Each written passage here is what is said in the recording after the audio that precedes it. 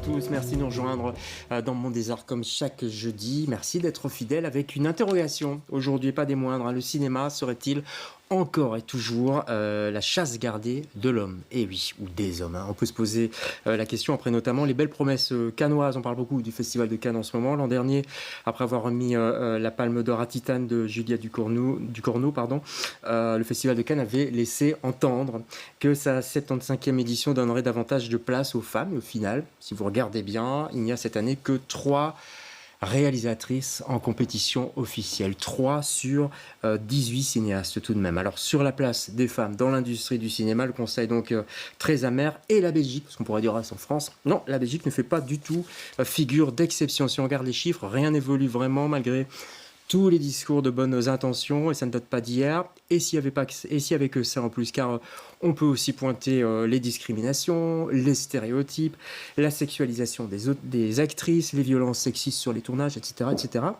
5 ans après le début du mouvement féministe #MeToo, les choses n'ont guère évolué. Chez nous, la ministre de la Culture, elle se dit consciente, évidemment, de la situation. Elle installe des procédures pour y remédier, mais est-ce que ces procédures seront suffisantes et surtout seront-elles suivies par la profession, par les hommes dans la profession, une profession qui reste tout de même très patriarcale. On va en parler avec 3 femmes cinéastes ce soir. Sarah Carlo-Jabert, tout d'abord, bonsoir. Bonsoir David. Merci d'être là. Vous faites partie du collectif Elles font des films. C'est un collectif qui est né dans quelle occasion en fait Le collectif est né en 2017. Ça correspond un peu avec la vague MeToo. Ouais, tout à fait. Et donc, il est né suite à une photo qui a été publiée par le Centre du cinéma où on fêtait les 50 ans de cinéma belge. Et en fait, il n'y avait quasi pas de femmes. Quasi pas de femmes dedans. Ouais. Et donc, on a fait une contre-photo avec toutes les femmes cinéastes. Et c'est comme ça qu'est né le collectif. Ouais, ça a fait beaucoup de bruit à l'époque. Sinon, vous êtes cinéaste, vous faites des courts-métrages, longs-métrages, etc. Il y en a qui en préparation. Oui, je termine mon 4e court-métrage de fiction en ce moment. Donc on vient de terminer le montage image et donc la post-prod suit son cours. D'accord. En face de vous, Colline Grandot. Bonsoir Colline. Bonsoir. On est ravis de vous avoir. Vous êtes également cinéaste. Vous faites également partie de ce collectif Elles font des films. Moi, j'ai entendu parler de 2 films à votre actif. La place des hommes, tout d'abord. La place des hommes, La place de l'homme. La place de l'homme, oui, c'est ça, voilà. J'étais sur la place de l'homme face aux questions à l'avortement, oui, c'est ça. Et là, il y a un autre film toujours sur les questions d'avortement qui sort, oui, qui est visible en tout cas. C'est un film de commande de la part de la Fédération Ligue des centres de planning qui voulait en fait un outil pédagogique pour parler en fait des médecins qui pratiquent l'IVG. Ouais. Et parce que en fait il peut y avoir une pénurie.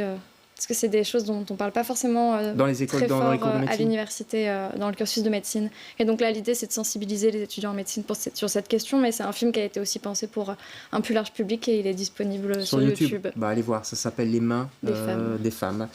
Signé Colline Grandot. À côté de vous, Alizé Loumaï. Bonsoir Alizé. Bonsoir David. Vous faites partie de Elle Tourne. Et vous êtes en ce moment en plein boulot, puisqu'il y a ce festival on est en plein festival, exactement. On a commencé le 17 et on termine le 23 à Liège, en partenariat avec les Grignoux. Mais du 17 au 22, c'est au cinéma Vendôme à Bruxelles. Vous êtes au Vendôme, ça se passe bien ?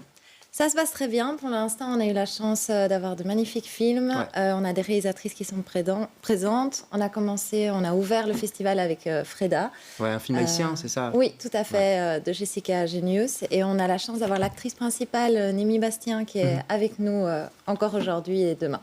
Allez, il faut aller à ce festival. On va en reparler en fin d'émission. On va commencer justement avec la bande-annonce, parce qu'il y a une très belle bande-annonce aussi de ce festival Elle Tourne, 14e édition. Regardez.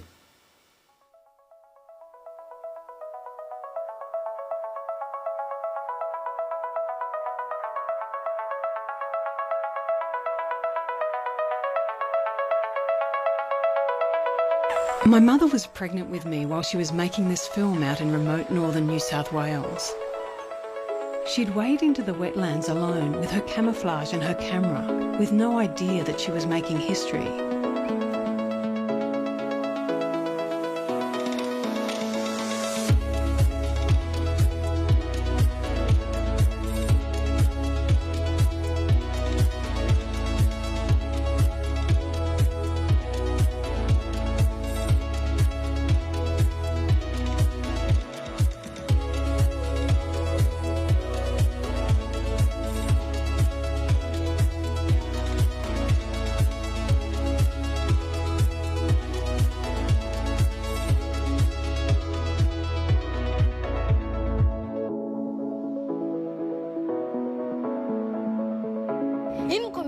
en France ici, avec un accent coupé au coupe-coupe comme le mien.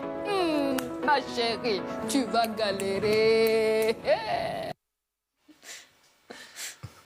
Voilà, et ça donne un éclat de rire de Colline sur le plateau. Il a l'air terrible ce film, vous l'avez vu, j'imagine. Oui, tout à fait. On a la chance de faire une soirée avec cette programmation. Toute l'équipe Progra a eu un coup de cœur, effectivement, pour cette partie. Donc, ça va être super. Ouais, 14e édition, je le disais, pour ce festival Elle Tourne. 14 ans, donc, qu'on parle de ça, qu'il faut qu'elle tourne, que des femmes tournent. Il est encore et toujours nécessaire aujourd'hui, ce festival ?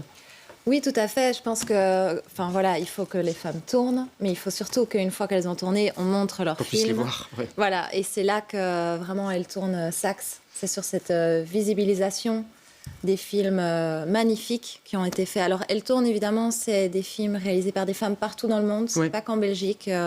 Cette année, on a une réalisatrice iranienne, une haïtienne. On a une actrice de New York aussi qui vient, donc voilà. On a avec effectivement des problématiques et qui touchent aux femmes et de manière très différente. Évidemment, c'est tourner quand on est une femme en Iran, on imagine bien que c'est extrêmement compliqué aussi. C'est pas les mêmes problèmes que chez nous, on va en parler après. Mais... Oui, tout à fait. C'est vrai qu'on a une phrase qu'on aime beaucoup chez Elle Tourne. C'est regarder le monde par les yeux d'une femme, c'est ouvrir son champ de vision à 180 degrés. Et là, avec les films qu'on a eus jusqu'à présent, donc que ce soit Freda ou hier À nos enfants de Maria de Medeiros, on se rend compte qu'effectivement, le fait que ce soit réalisé par une femme, c'est un autre film qui s'écrit, c'est une autre sensibilité qui est très riche aussi et très humaine. Et c'est quand même 50% de la population. Donc. Voilà, et parfois, un peu plus même, je crois. Un peu plus. Non, voilà, autant pour moi. Et parfois, ça peut même être politique de diffuser des films dans certains pays tournés par des femmes. On en parlait avant, en préparant l'émission, Colline, s'il n'y avait que des films tournés par des hommes, si on pouvait voir que ça, il y aurait vraiment un problème au niveau presque de la mémoire. Oui, tout à fait. Culturel. Un cinéaste fait des films et il parle de son point de vue.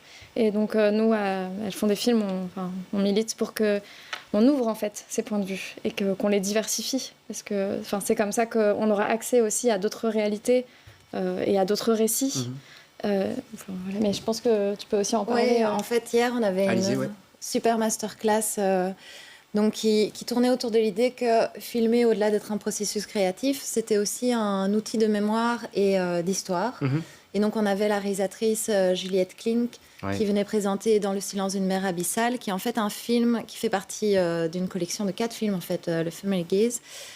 Et donc, dans ce film, elle retrace l'histoire du cinéma à partir uniquement d'images d'archives de films réalisés par des femmes. Et qui ont été oubliés. Qui ont été pour la plupart oubliées. Et justement, elle revient sur, par exemple, typiquement Alice Guy, qui est la première réalisatrice, qui a fait le premier film de fiction. Mais moi, pour avoir fait mes études, vous pourrez peut-être aller dans mon sens. On nous apprend que c'est Méliès qui a fait le premier film avec Voyage dans la Lune. Mais c'est 6 ans après le film d'Alice Guy. Donc voilà, dans la manière dont l'histoire est transmise, on sent qu'elle a été faite par des hommes, portée par des hommes et perdurée par des hommes. Voilà.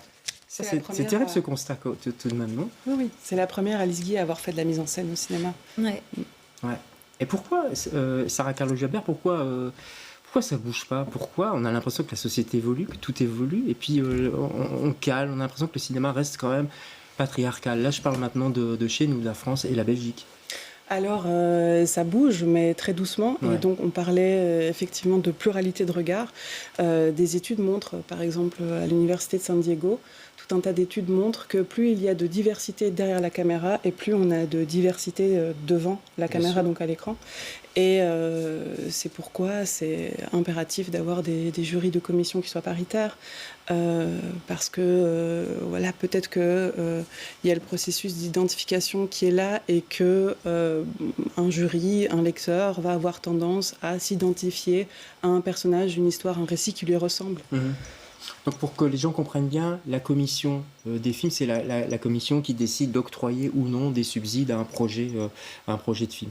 La parité a été compliquée à atteindre, mais visiblement elle est atteinte. C'est un des progrès qui a eu lieu depuis 2010, puisque faut savoir qu'une étude était sortie en 2010, je ne sais pas si vous avez eu vent de cette étude, donc ça remonte déjà, mais le temps passe, le temps file. Hein. Elle montrait que il y avait moins de femmes qui déposaient des projets en fiction, peut-être plus en docu, mais moins des projets en fiction. C'est-à-dire qu'il y avait une espèce d'autocensure, je ne sais pas qui peut répondre, Sarah. Alors, c'est vrai que les femmes déposent moins de dossiers, mais ce qu'on constate, c'est qu'il y a quand même une double ségrégation de genre dans les commissions. C'est pas que le Centre du cinéma, c'est au niveau européen. C'est que plus c'est à la fois horizontal et vertical, cette double ségrégation, et c'est du documentaire vers la fiction et des plus petits budgets vers les plus gros budgets. Donc, plus il y a du budget, plus on va vers la fiction et moins on retrouve de femmes. On les trouve plus en documentaire, mais est-ce que c'est parce qu'il y aurait une vision essentialiste qui dirait que les femmes s'intéressent au documentaire, ou c'est parce que c'est le guichet où elles obtiennent plus facilement des budgets? Donc il faut faire attention aussi à comment on prend le problème. Et c'est ce que vous pensez ou quoi? C'est quel côté? Je sais pas, Colline par exemple, vous devriez faire des films de fiction, ce serait plus compliqué, vous croyez? J'ai l'impression que c'est quelque part plus dur de faire de la fiction, oui. Et, quand on est une femme? Quand on est une femme, et même en général probablement. Pourquoi? Parce que en fait, moi, ce que j'ai constaté, et surtout en école de cinéma, en fait, c'est que on m'a jamais dit tu es une femme, tu vas pas y arriver, ou ah là là, tes projets m'intéressent moins que ceux des gars. On m'a jamais dit ça. Par contre, l'image du réalisateur un peu auquel il fallait atteindre, il avait que des qualités qu'on attribue aux mecs, en fait. Et donc, c'est-à-dire, par exemple, une autorité naturelle. Être un vrai leader, savoir prendre des décisions, être un peu comme ça. Et en fait, moi, ce qui s'est passé quand je suis sortie de l'école de cinéma, c'est que je me suis rendu compte que les réalisateurs autour de moi n'étaient pas du tout comme ça, en fait. Ni les hommes, ni les femmes. Donc c'était quoi, une image construite dans l'imaginaire? Ouais, je sais pas. Et en tout cas, ça m'a fait du bien. Ouais. Et du coup, c'est à ce moment-là qu'on se dit, en fait, j'ai peut-être une place. Parce que oui, on est fragile quand on fait une école, en fait. Bien sûr. C'est terrible, vous travaillez beaucoup avec les jeunes, hein. Ça s'appelle Graines de... Oui, alors c'est un projet Elle tourne, c'est Graines de cinéaste, qui vise à soutenir les jeunes femmes qui se lancent, en fait. Parce qu'on s'est rendu compte, avec une étude qui avait été faite en 2015 avec Engender, que dans les bacheliers et masters de réalisation, on avait 55% de femmes. Et l'année juste après, quand on regardait donc celles qui étaient parties s'inscrire à la SCAM ou à SACD, tout d'un coup, elle passait à 22%. Donc on perd... la moitié des femmes, plus de la moitié des femmes en un an. Donc ça veut dire qu'il y a une sorte de plafond de verre et que le passage à la vie professionnelle est très compliqué. Et donc c'est comme ça qu'on a créé Graines de cinéaste, qui à la base était juste un festival pour montrer les premiers et deuxièmes courts-métrages de réalisatrices. Mais maintenant, avec la pandémie, c'est devenu encore plus dur. Et donc là, on s'est dit, non, on doit faire des événements toute l'année. On doit proposer des workshops, des masterclass, le maximum d'outils. Ce que nous, on aurait aimé en fait trouver au moment où on est sorti. Voilà, c'est ce qu'on essaye un maximum. Donc ce plafond de verre, dans les écoles, existe bel et bien encore. C'est-à-dire que nous sommes 55% à sortir des écoles de cinéma, 55% de femmes. Donc là, c'est équitable. Mais le plafond de verre, il se trouve au deuxième collège long métrage fiction. C'est-à-dire que c'est à partir du troisième film. Et donc, sur 10 ans, il n'y a eu que 2 femmes cinéastes en Belgique francophone qui ont passé cette commission, et c'est Chantal Akerman et Marion Ancel. Donc, et là, on vient d'avoir 2 personnes qui l'ont passé, mais c'est tout récent. Et donc, c'est quand on a fait déjà un long métrage de fiction et qu'on doit faire le deuxième, en fait. C'est ça. Et donc, ce passage-là, il est compliqué. C'est-à-dire que le premier court-métrage, c'est OK. Le deuxième aussi... Je pense qu'on perd déjà pas mal de femmes après entre le court-métrage et le long-métrage, mais que le deuxième long, c'est vraiment le contraire. S'il n'y a plus que Chantal Akerman et Marion Ancel qui sont passés, effectivement, ça paraît complètement fou. Oui. Il y en a en 2020 là, qui ont, je crois que c'est Vania d'Alcantara et Marie Jiménez et Bénédicte Lénard qui l'ont eu. Ouais. Alors, à propos de la ministre, donc on parlait de la commission des films qui tend à être paritaire. Donc je rappelle que c'est pour l'octroi des financements. Donc c'est vraiment important, c'est la base. En gros, on ne sait pas faire de film si on n'a pas ce feu vert. Hein.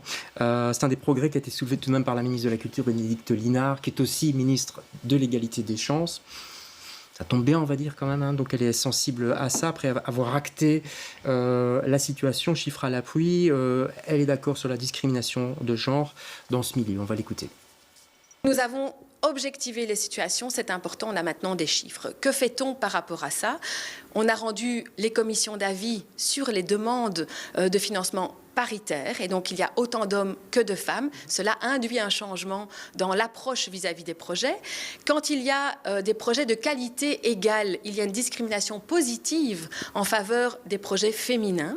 Il y a aussi tout un pan qui est mené en matière de formation. Donc les personnes qui sont amenées à remettre des avis sur des projets sont aujourd'hui formées à la dimension de genre et éviter les stéréotypes que l'on peut véhiculer.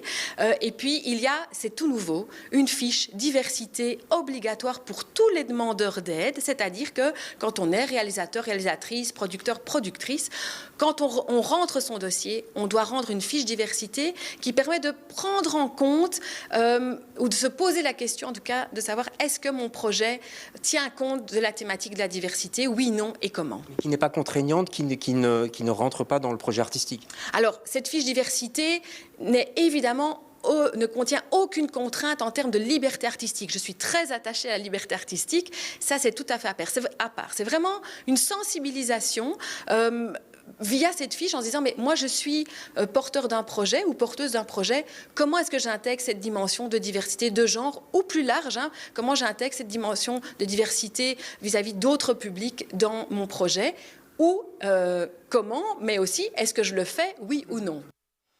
Bon, Sarah, une fiche comme ça sur la diversité, c'est pas mal quand même, non? C'est déjà un pas. C'est bien, ça permet aux auteurs... Juste, elle a travaillé en concertation avec vous, entre autres, avec plusieurs collectifs féministes. Oui. Oui, c'est ça. Ça permet, je pense que c'est bien qu'un auteur, une autrice se situe aussi par rapport à ces questions. Donc je pense que c'est plus pour les auteurs, autrices finalement que c'est bénéfique. Après, on a besoin quand même aussi d'actions politiques fortes pour nous soutenir dans certains projets, comme on a un projet de lutte contre les violences sexistes et sexuelles sur les plateaux de tournage. Voilà, d'accord. Oui. Donc c'est le deuxième volet de. D'accord. Donc je ne veux pas. Non, mais moi je voudrais juste qu'on parle parce qu'on en avait parlé aussi avant par rapport à la formation. Vous me disiez, c'est bien de former, de sensibiliser les producteurs, etc. à ces questions-là. C'est ça. Sauf qu'elle n'est pas obligatoire, quoi. Oui, mais en fait c'est ça, c'est que.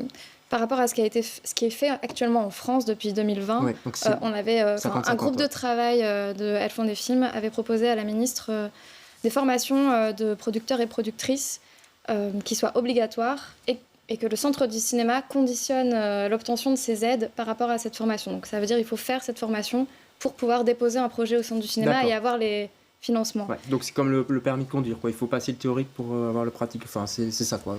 Et c'est une espèce d'obligation qui serait pour les producteurs productrices qui durerait 3h30, une demi-journée et qui permet de... Une formation de quoi? Pour lutter contre les violences sexistes et sexuelles. Donc c'est avoir des outils, un kit juridique. C'est comment accueillir la parole des victimes, mettre en place un référent sur les plateaux de tournage, un référent, une référente pour lutter contre les violences sexistes et sexuelles. Comme on a fait pour le Covid, avec la crise sanitaire, il y a eu un référent. Voilà, on aimerait mettre un référent, une référente pour ça. Et ça, elle a lieu, cette formation. Alors ça, c'est vraiment génial. Mais le problème, c'est qu'il a été décidé récemment que ce ne soit plus obligatoire. Ouais, donc nous, on voulait que ce le soit. Ouais. Et en fait, ce qu'a fait la ministre, c'est qu'elle ne l'a pas rendu obligatoire, ce qui est un vrai problème, en fait. Donc ça retourne en arrière, en fait. Complètement. Et pourquoi c'est un problème parce que, en fait, si les producteurs et les productrices ne sont pas obligés de le faire, comment est-ce qu'on va changer structurellement les mentalités ? Je ne vois pas. Puis, ils ont un agenda compliqué. Parfois, c'est même pas de la mauvaise volonté de leur part. Ils n'ont pas le temps. Voilà. Et donc...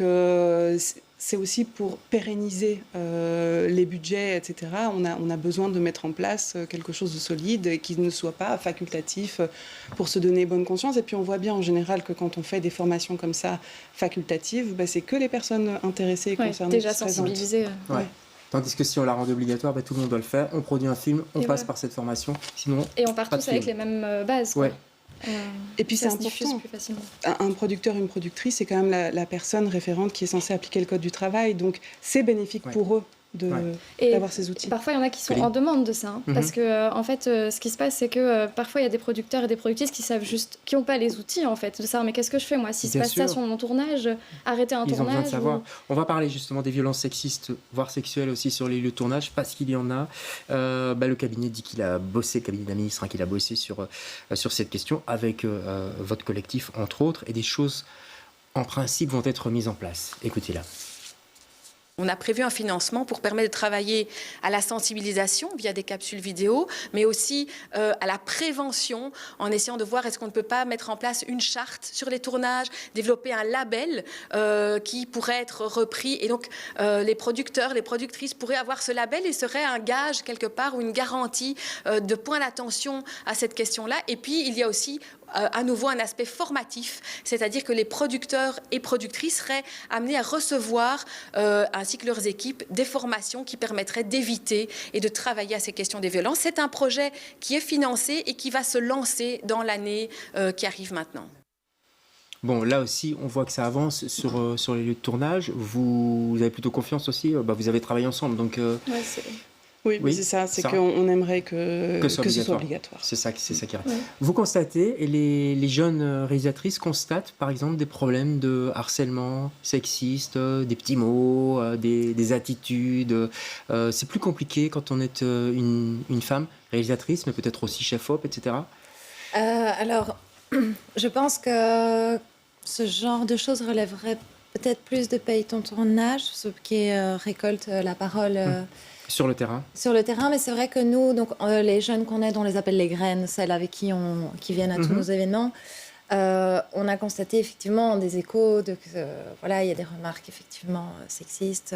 Je pense qu'on est tout aussi réalisatrices. On a eu des équipes de tournage. Certaines filles nous ont raconté des choses qui se sont passées pendant leurs études.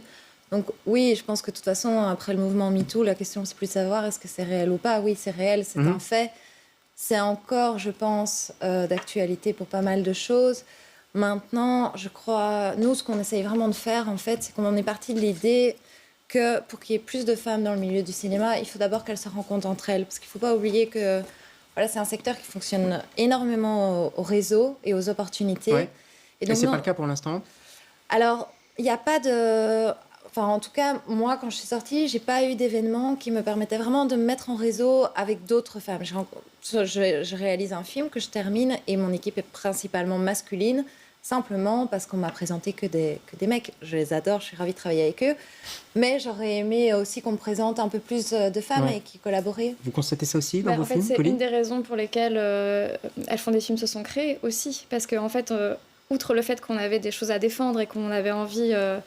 d'aller sur le terrain politique. En fait, un des premiers retours sur le temps qu'on donnait à ce collectif, c'était de se dire qu'en fait, on avait créé un réseau de solidarité et qu'on se connaît entre nous et que tout ça, c'est hyper précieux. En fait, quand on sort de l'école, on est tout seul et ça, je pense que femmes comme hommes. Et donc, le fait de pouvoir échanger sur nos pratiques, sur nos difficultés et nos difficultés spécifiques du fait que nous sommes des femmes, il n'y a pas d'autre lieu qu'un lieu en non-mixité pour le faire, en fait. Vous confirmez, donc dans le collectif Elton, vous êtes combien d'ailleurs Le collectif Elles font des films, on est à peu près 180 sur la mailing et on a une trentaine à être actives.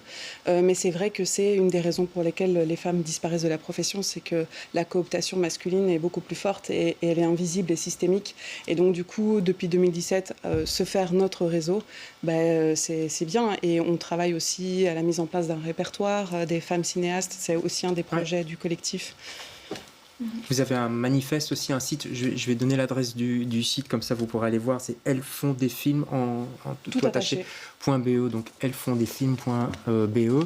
Par rapport aux écoles, je voulais dire qu'Elles font des films a un groupe de travail qui s'appelle le groupe École, justement. C'est une cellule d'écoute pour les étudiantes qui vivent du sexisme ou du harcèlement dans les écoles. Elles peuvent contacter Elles font des films et alors... Voilà. Via le site ou comment ça se passe ? Via le site, oui. D'accord, ok. Ou notre mail. Ou l'autre mail, d'accord. 180, c'est beaucoup par rapport au nombre de femmes qui font du cinéma en Belgique. Je me demande un petit peu si, à votre avis. On est nombreuses quand même. Ouais. Donc, c'est déjà beaucoup, il me semble. Oui. Ouais. En fait, ce qui s'est passé, c'est que... Ça veut dire qu'il y a une demande quand même. Hein. Oui, c'est ça. Et après, on est beaucoup de réalisatrices. Oui. Il y a des techniciennes aussi, mais... D'accord, parce qu'on oublie aussi, oui, effectivement, les chefs-op, etc. Enfin, il y a mais d'ailleurs, un plateau de tournage, il y a du monde. On invite toutes les femmes qui travaillent dans l'audiovisuel à nous rejoindre, toutes les personnes qui se considèrent comme femmes à nous rejoindre. Sont les bienvenus. Y compris en télévision, d'ailleurs, parce que on est aussi dans le domaine. Je rappelle les dates, l'émission se termine déjà tout doucement, du festival. Vous allez courir là, du côté de la Porte de Namur, c'est au cinéma Vendôme. C'est jusqu'au 22 mai, c'est bien ça? Alors, jusqu'au 22 mai au cinéma Vendôme et le 23 mai, comme je l'ai dit, pour la première fois à Liège. Donc c'est au cinéma Sauvenière pour les Liégeois qui nous écoutent. Moi, je signale aussi, puisqu'on parlait tout à l'heure du Festival de Cannes, une très bonne série qui s'appelle Les Effrontés. C'est sur France 2 en ce moment, et c'est une série de portraits de grandes cinéastes comme Agnès Varda et tant d'autres. Merci à toutes les trois d'avoir participé à cette discussion. Il y a encore plein de choses à dire, évidemment, et je crois que le chantier ne fait que commencer. Donc, je rappelle l'adresse du collectif, parce que c'est important, c'est elfondesfilms.be. Merci à toutes les trois. On se retrouve jeudi prochain. Bonne soirée.